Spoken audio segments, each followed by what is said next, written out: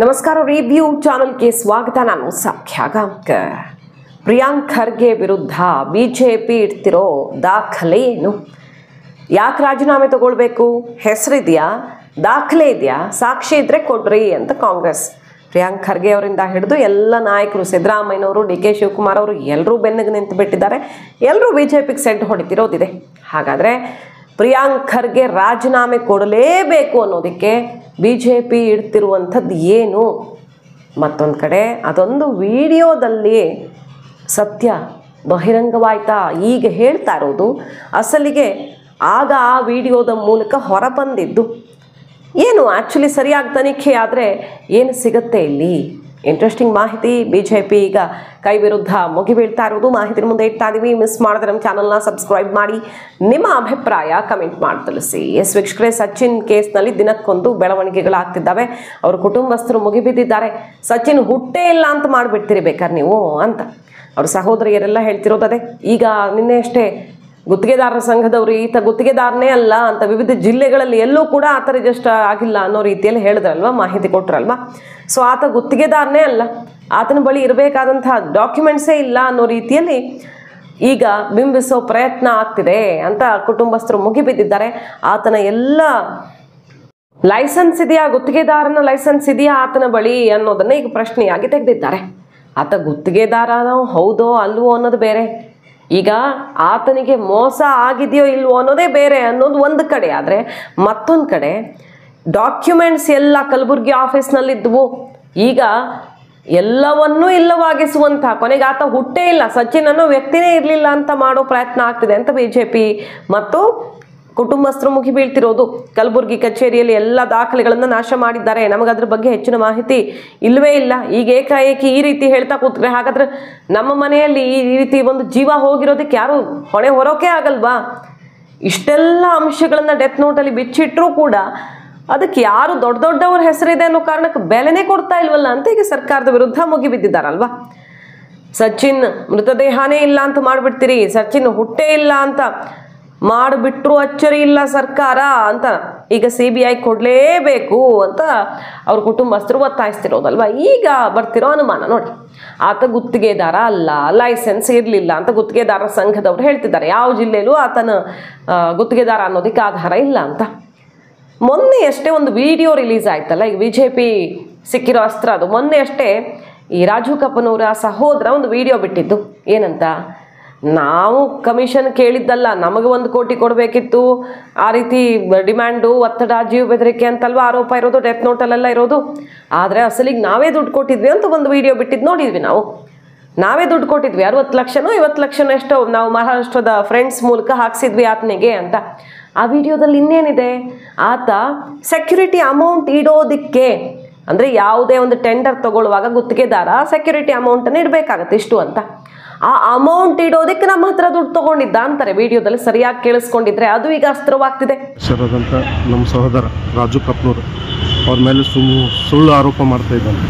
ಅವನಿಗೆ ಏನು ಅಮೌಂಟ್ ಕೊಡಬೇಕು ಅಂತ ಹೇಳಿ ಸುಳ್ಳು ಆರೋಪ ಮಾಡಿ ಡೆತ್ ನೋಟ್ ಬರೆದಿದ್ದಾನೆ.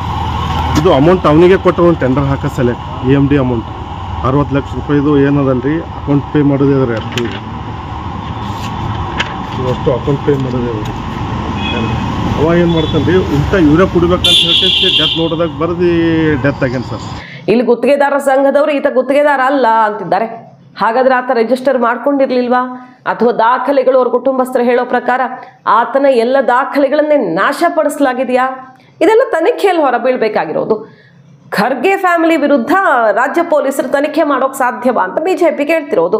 ಆ ವಿಡಿಯೋದಲ್ಲಿ ರಾಜ ಕಪನೂರ ಸಹೋದರನೇ ಹೇಳಿರೋ ರೀತಿಯಲ್ಲಿ ನಮ್ಮ ಹತ್ರ ದುಡ್ಡು ತಗೊಂಡಿರೋದು ಈ ಒಂದಷ್ಟು ಫಿಕ್ಸೆಡ್ ಅಮೌಂಟ್ ಇಡಬೇಕಲ್ಲ ಅದಕ್ಕೆ ಅಂತ. ಹಾಗಾದರೆ ಯಾವ ಫಿಕ್ಸೆಡ್ ಅಮೌಂಟ್ ಇಡೋಕೆ ಹೋಗಿದ್ದ ಆತ? ಗುತ್ತಿಗೆದಾರನೇ ಅಲ್ಲದಿರೋನು ಏನಕ್ಕೋಸ್ಕರ ದುಡ್ಡು ತಗೊಂಡ? ಇವ್ರು ಯಾಕೆ ಕೊಟ್ಟರು? ಇದೆಲ್ಲ ಸಹಜವಾಗಿ ಮೂಡುವಂಥ ಅನುಮಾನಗಳು. ಇದ್ರ ನಡುವೆ ಈಗ ಸಿದ್ದರಾಮಯ್ಯನವರ ಪ್ರಶ್ನೆಗೆ ಛಲವಾದಿ ನಾರಾಯಣ ಸ್ವಾಮಿ ಅವರು ಬಿಜೆಪಿ ನಾಯಕರೆಲ್ಲ ತಿರುಗೇಟ್ ಕೊಟ್ಟಿರೋದು. ಮಾತೆತ್ತಿದ್ರೆ ಏನು ಸಾಕ್ಷಿ ಇದೆ? ಡೆತ್ ನೋಟಲ್ಲಿ ಹೆಸರಿದೆಯಾ ಪ್ರಿಯಾಂಕ್ ಖರ್ಗೆ ಹೆಸರು? ಈಶ್ವರಪ್ಪನ ಕೇಸೇ ಬೇರೆ, ಇದೇ ಬೇರೆ. ಈಶ್ವರಪ್ಪ ಹೆಸರಿತ್ತು, ಇಲ್ಲಿಲ್ಲ ಅಂತ ಹೇಳ್ತಿದ್ರಲ್ಲ. ಒಂದಲ್ಲ ಎರಡಲ್ಲ 3 ಸರಿ ಪ್ರಿಯಾಂಕ್ ಖರ್ಗೆ ಹೆಸರಿದೆ ಲೆಟರಲ್ಲಿ ಅಂತ ಬಿಜೆಪಿ ಈಗ ತಿರುಗೇಟ್ ಕೊಟ್ಟಿರೋದು. ಪ್ರಿಯಾಂಕ್ ಖರ್ಗೆ ಸಚಿವರ ಹೆಸರು ಇಲ್ಲಿ 2-3 ಕಡೆ ಪ್ರಸ್ತಾಪ ಆಗಿದೆ ಈ ಲೆಟರ್ ಅಲ್ಲಿ. 7 ಪುಟಗಳಲ್ಲಿ. ಅವ್ರ ಹೆಸರಿಲ್ಲ, ಅವ್ರದ್ದೇನು ಪಾತ್ರ ಇಲ್ಲ, ಅವ್ರ ಮೇಲೆ ಏನು ಎವಿಡೆನ್ಸ್ ಇಲ್ಲ. ಪ್ರಿಯಾಂಕ್ ಖರ್ಗೆಗೆ ಸಂಬಂಧಪಟ್ಟಂತೆ ಹೆಸರು ಉಲ್ಲೇಖ ಆಗಿದೆ. ಪ್ರಿಯಾಂಕ್ ಖರ್ಗೆ PA ಮತ್ತು ಪ್ರಿಯಾಂಕ್ ಖರ್ಗೆ ಭೇಟಿ ಮಾಡಿಸಲಾಗಿತ್ತು. ಇನ್ನಿತರ ವಿಚಾರಗಳಲ್ಲಿ ಪ್ರಿಯಾಂಕ್ ಖರ್ಗೆ ಹೆಸರಿದೆ ಅಲ್ಲಿ. ಸೊ ಇನ್ವೆಸ್ಟಿಗೇಷನ್ಗೆ ಒಳಪಡಿಸಬೇಕು ಅಂದರೆ, ನಿಷ್ಪಕ್ಷಪಾತವಾಗಿರಬೇಕಂದ್ರೆ ರಾಜೀನಾಮೆ ಕೊಡಬೇಕು ಅಂತ BJPಗೆ ಅಟ್ಯಾಕ್ ಮಾಡ್ತಿರೋದು. ಬಟ್ಟೆ ಹರ್ಕೊಂಡ್ರು ರಾಜೀನಾಮೆ ಕೊಡಲ್ಲ ಅಂತ ಪ್ರಿಯಾಂಕ್ ಖರ್ಗೆ ತಿರುಗೇಟು ಕೊಟ್ಟಿರೋದು.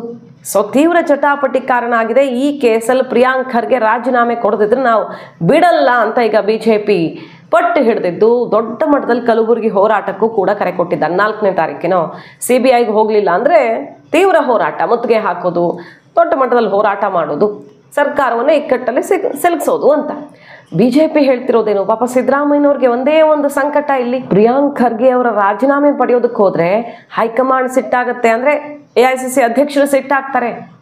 ಅದರ ಪರಿಣಾಮ ತನ್ನ ಕುರ್ಚಿಯ ಮೇಲೆ ಆಗಿಬಿಡ್ಬಹುದು. ಮೊದಲೇ ಈ ಅಧಿಕಾರ ಹಂಚಿಕೆ ಜಟಾಪಟಿ, ಖರ್ಗೆ ಅವರು ಈ ಮೂಡಾ ಕೇಸ್ನಲ್ಲಿ ಕೊಟ್ಟಿದ್ದ ಸ್ಟೇಟ್ಮೆಂಟ್ ಸಿದ್ದರಾಮಯ್ಯನವ್ರ ಬಗ್ಗೆ ಎಲ್ಲ ಗಮನಿಸಿದ್ವಿ. ಈಗ ಪಾಪ ಹೆಂಗೆ ಅವರು ಪ್ರಿಯಾಂಕ್ ಖರ್ಗೆ ಅವ್ರನ್ನ ಕಿತ್ತಾಕ್ತಾರೆ ಸಂಪುಟದಿಂದ, ನಾಳೆ ಇವರು ಕುತ್ತಿಗೆಗೆ ಬರಲ್ವಾ ಇದು CM ಕುರ್ಚಿ ವಿಚಾರ ಅಂತ ಅವ್ರು ಹೇಳ್ತಿರೋದು. ಅಷ್ಟು ಸಲೀಸಿಲ್ಲ, ಆ ಧೈರ್ಯ ಇಲ್ಲ ಬಿಡಿ ಸಿದ್ದರಾಮಯ್ಯನವ್ರಿಗೆ. ಪ್ರಿಯಾಂಕ್ ಖರ್ಗೆ ಟಚ್ ಮಾಡೋಕ್ಕಾಗತ್ತಾ ಅವ್ರಿಗೆ ಅಂತ BJP ಈಗ ತಿರುಗೇಟು ಕೊಡ್ತಿರೋದು ಸಿದ್ದರಾಮಯ್ಯನವರ ವಿರುದ್ಧ. ಸೊ ಈ ಕೇಸ್ ಸಣ್ಣದೇನಲ್ಲ, ಇದು ಒಬ್ಬ ವ್ಯಕ್ತಿಯ ಪ್ರಾಣ ಹೋಗಿದೆ ಅಂದರೆ ಆತನಿಗೆ ಎಷ್ಟು ಕಷ್ಟ ಆಗಿರಬೇಡ, ಎಷ್ಟು ಹಿಂಸೆ ಅನುಭವಿಸಿರಬೇಡ ಅಂತ ಪ್ರಿಯಾಂಕ್ ಖರ್ಗೆ ಅವರು ಈಶ್ವರಪ್ಪನ ಕೇಸಲ್ಲಿ ಮಾತಾಡಿದ್ರು. ಈಗ ಎಲ್ಲಿ ಹೋಯ್ತು ನಿಮ್ಮ ಅನುಕಂಪ ಅಂತ BJP ತಿರುಗುಬಾಣವನ್ನು ಬಿಟ್ಟಿದೆ. ಸೊ ಒಗ್ಗಟ್ಟಿನ ಹೋರಾಟ ಮಾಡೋದಕ್ಕೆ ಹೈಕಮಾಂಡ್ ನಿರ್ದೇಶನ ಬಂದಿದೆ. ನಿನ್ನೆಯಷ್ಟೇ ವಿಜಯೇಂದ್ರ ಅಮಿತ್ ಶಾ ಅವ್ರನ್ನ ಭೇಟಿಯಾದಾಗಲೂ ಪ್ರಿಯಾಂಕ್ ಖರ್ಗೆ ಅವರ ವಿಚಾರ ತೆಗೆದು ಖರ್ಗೆ ಅವರ ಅಂದರೆ ಪ್ರಿಯಾಂಕ್ ಖರ್ಗೆ ಅವರ ನೇರವಾದ ಇನ್ವಾಲ್ವ್ಮೆಂಟ್ ಇದರಲ್ಲಿ ಇರುವಂತಹ ಸುಳಿವುಗಳಿವೆ ಅಂತ ಮಾಹಿತಿಯನ್ನು ಕೊಟ್ಟು ಬಂದಿದ್ದಾರೆ. ಈ ಹೊತ್ತಲ್ಲಿ BJP ಹೈಕಮಾಂಡ್ ಅಮಿತ್ ಶಾ ಅವರು ಕಟ್ಟುನಿಟ್ಟಿನ ಆದೇಶವನ್ನು ಹೊರಡಿಸಿದ್ದಾರೆ ರಾಜ್ಯ BJPಗೆ ಅಂತ ಗೊತ್ತಾಗ್ತಿದ್ದು. ಪ್ರಿಯಾಂಕ್ ಖರ್ಗೆ ರಾಜೀನಾಮೆ ಆಗೋ ತನಕ, ಮನೆ ಕಳಿಸೋ ತನಕ ಬಿಡಲೇಬೇಡಿ ಅಂತ ಒಂದು ರೀತಿಯಲ್ಲಿ ರಾಜ್ಯಾಧ್ಯಕ್ಷ ಕುರ್ಚಿ ಉಳಿಸ್ಕೊಳ್ಳುವಂಥ ಪ್ರಯತ್ನದಲ್ಲಿರುವಂಥ ವಿಜಯೇಂದ್ರ ಅವ್ರಿಗೆ ಸದ್ಯಕ್ಕೆ ಅಮಿತ್ ಶಾ ಅವರ ಅಭಯ ಪಡ್ಕೊಂಡು ಬಂದಿದ್ದಾರೆ, ಭಿನ್ನರ ಮೇಲೆ ಕ್ರಮ ಅಂತ. ಆದರೆ ಅವ್ರಿಗೆ ಈಗ ಒಂದು ದೊಡ್ಡ ಟಾಸ್ಕ್ ಹಂಗೆ ಪ್ರಿಯಾಂಕ್ ಖರ್ಗೆ ಅವ್ರನ್ನ ಕೆಳಗಿಳಿಸೋದು. ಈಗ 2 ವಿಕೆಟ್ ತೆಗಿಬೇಕಾಗಿದೆ. ಒಂದು ಬಾಣಂತಿಯರ ಸಾವಿನ ಕೇಸಲ್ಲಿ ದಿನೇಶ್ ಗುಂಡೂರಾವ್ ಅವ್ರನ್ನ ಮೋಸ್ಟ್ಲಿ ಕ್ಯಾಬಿನೆಟ್ ಸರ್ಜರಿ ಆದರೆ ಅದರಲ್ಲಿ ಕೈ ಬಿಡಬಹುದು, ಅದ್ರ ರಾಜೀನಾಮೆ ಚಾನ್ಸಸ್ ಕಡಿಮೆ. ಪ್ರಿಯಾಂಕ್ ಖರ್ಗೆ, ವಿಶೇಷವಾಗಿ ಪ್ರಿಯಾಂಕ್ ಖರ್ಗೆ, ಯಾಕಂದರೆ ಇದು ಕಾಂಗ್ರೆಸ್ಗೆ ರಾಷ್ಟ್ರ ಮಟ್ಟದಲ್ಲಿ ಮುಜುಗರ ಆಗುತ್ತೆ, AICC ಅಧ್ಯಕ್ಷರು. ಹಾಗಾಗಿ ಪ್ರಿಯಾಂಕ್ ಖರ್ಗೆ ಅವ್ರನ್ನ ಯಾವ ಕಾರಣಕ್ಕೂ ನೀವು ಮಂತ್ರಿ ಕುರ್ಚಿಯಲ್ಲಿ ಕೂರೋದಕ್ಕೆ ಬಿಡಬಾರ್ದು ಅನ್ನೋ ಬಿಗ್ ಟಾಸ್ಕ್ ಕೊಟ್ಟಿದ್ದು. ವಿಜಯೇಂದ್ರ ಅವರ ಕುರ್ಚಿಯನ್ನು ಸದ್ಯಕ್ಕೆ ಭದ್ರ ಇದೆ, ಹಲವು ದಿನಗಳ ಕಾಲ ಅದನ್ನು ಭದ್ರವಾಗಿ ಇಟ್ಕೊಳ್ಬೇಕು, ಮುಂದಿನ ದಿನಗಳಲ್ಲಿ ಭದ್ರವಾಗಿ ಇಟ್ಕೊಳ್ಬೇಕು ಅಂದರೆ ಇದು ಬಹಳ ದೊಡ್ಡ ಸವಾಲು. BJP ನಾಯಕರು ಬಣಜಗಳ ಬಡಿದಾಟದಲ್ಲಿ ಇದನ್ನು ಒಗ್ಗಟ್ಟಿನ ಪ್ರದರ್ಶನದ ಮೂಲಕ ಹೋರಾಟ ಮಾಡಿ ಕಾಂಗ್ರೆಸ್ಗೆ ಬಿಸಿ ತಟ್ಟಿಸಬೇಕಾಗಿದೆ. ವಿಜಯೇಂದ್ರ ಎದುರಿಗಿರುವ ಬಿಗ್ ಟಾಸ್ಕ್ ಇದು. ಪ್ರಿಯಾಂಕ್ ಖರ್ಗೆ ಕುರ್ಚಿಯನ್ನು ಅಲುಗಾಡಿಸಿ ನಿಮ್ಮ ಕುರ್ಚಿಯನ್ನು ಭದ್ರ ಮಾಡ್ಕೊಳ್ಳಿ ಅನ್ನೋ ರೀತಿಯಲ್ಲಿ ಪ್ರಿಯಾಂಕ್ ಖರ್ಗೆ ವಿರುದ್ಧ ಹೋರಾಟ ಮಾಡಲೇಬೇಕು ಅಂತ ಹೈಕಮಾಂಡೇ ಈಗ ಕಟ್ಟುನಿಟ್ಟಿನ ಆದೇಶ ಕೊಟ್ಟಿರೋದ್ರಿಂದ ತಟಸ್ಥ ಬಣದವರು ಕೂಡ ಕೈ ಜೋಡಿಸ್ತಾರೆ. ಯತ್ನಾಳ್ ಕೂಡ ಪ್ರಿಯಾಂಕ್ ಖರ್ಗೆ ಜೊತೆಗಿದ್ದಾರೆ ಅನ್ನೋ ರೀತಿ ಬಿಂಬಿಸೋದಕ್ಕೆ ಬಿಡೋಕ್ಕಾಗಲ್ವಲ್ಲ, ಅವರು ಹೋರಾಟ ಮಾಡಲೇಬೇಕು. ವಿಜಯೇಂದ್ರ ಸಾರಥ್ಯ ಮತ್ತೊಂದು ಅನ್ನೋದು ಬರಲ್ಲ, ಅಲ್ಲಿ ಪ್ರಿಯಾಂಕ್ ಖರ್ಗೆ ವಿರುದ್ಧ ಅನ್ನೋದು ಬರುತ್ತೆ. ಹಾಗಾಗಿ ಅವರು ಹೋರಾಟ ಮಾಡಬೇಕಾಗತ್ತೆ. ಒಟ್ಟಿನಲ್ಲಿ ಈ ಹೋರಾಟ ಯಶಸ್ವಿ ಆದರೆ ಕೊನೆಗೆ ವಿಜಯೇಂದ್ರ ಅವ್ರಿಗೆ ಒಂದಿಷ್ಟು ಅನುಕೂಲಗಳಿವೆ ಇದರಿಂದ. ಹಾಗಾಗಿ ಮತ್ತಷ್ಟು ಸೀರಿಯಸ್ ಆಗಿ ತಗೊಂಡು ಪ್ರಿಯಾಂಕ್ ಖರ್ಗೆ ರಾಜೀನಾಮೆ ಕೊಡಿಸಲೇಬೇಕು ಅಂತ ಪಣ ತೊಟ್ಟಿರೋದೀಗ.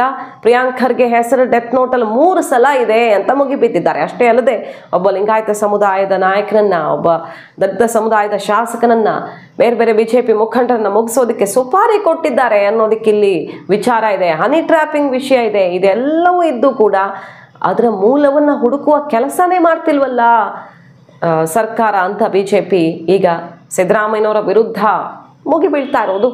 ಸುಪಾರಿ ಕಿಲ್ಲರ್ ಖರ್ಗೆ ಅಂತ ಪೋಸ್ಟರ್ಗಳನ್ನು ಅಂಟಿಸಿ ಸಾವಿನ ಕಾರಣ ಇವರೇ ಅನ್ನೋ ರೀತಿಯಲ್ಲಿ ರಾಜೀನಾಮೆಗೆ ಒತ್ತಾಯಿಸ್ತಾ ಇದೆ.